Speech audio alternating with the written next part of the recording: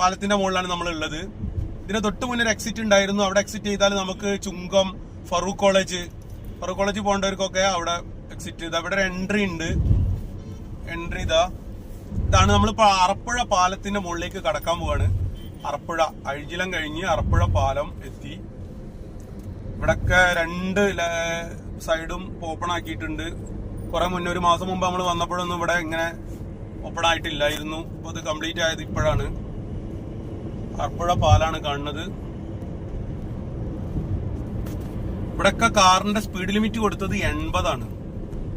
അതുപോലെ ട്രക്കുകൾക്കൊക്കെ 50 കൊടുത്തിട്ടുള്ളൂ. ട്രക്കുകൾക്ക് 50 ആണ്, എന്നാൽ കാറുകൾക്ക് 80 ആണ്. ഞാൻ പ്രതീക്ഷിച്ചത് ഒരു 100-110 ഒക്കെ ഉണ്ടാവുന്നതാണ്. പക്ഷെ ഏതായാലും 80 ഉള്ളൂ.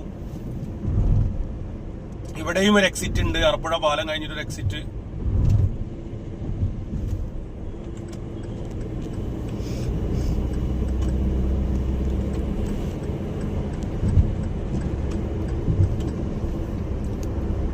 നമ്മൾ അടുത്തത് എത്തുന്നത് പന്തീരങ്കാവ്. ഇപ്പൊ എത്തും. പന്തീരങ്കാവ് ജംഗ്ഷനിൽ നമ്മൾ എത്തും. പന്തീരങ്കാവ് ജംഗ്ഷൻ കഴിഞ്ഞാൽ പിന്നെ നമ്മുടെ ഹൈലൈറ്റ് മാൾ ഉണ്ട്.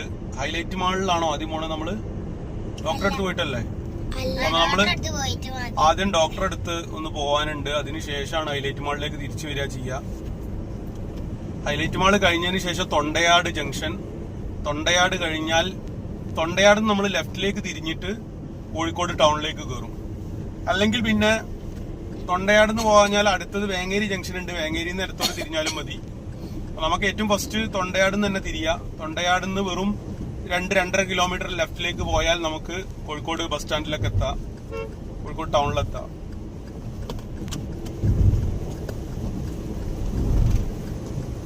മഴ സ്ട്രോങ് ആയിട്ടുണ്ട്.